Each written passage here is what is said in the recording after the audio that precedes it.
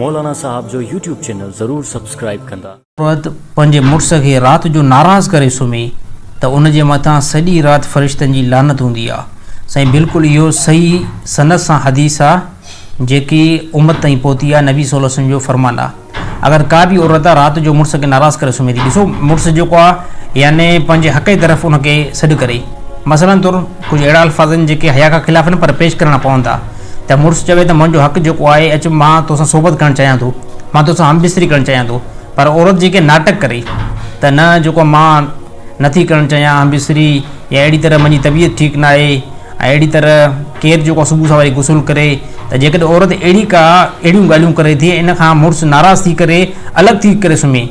त अहादीस जे अंदरि आयो आहे त इन औरत जे मथां सॼी राति फ़रिश्तनि जी लानत वसंदी आहे। त ॾिसो जेकॾहिं अगरि औरत पंहिंजे मुड़ुस खे सोबत जी तरफ़ न छॾींदी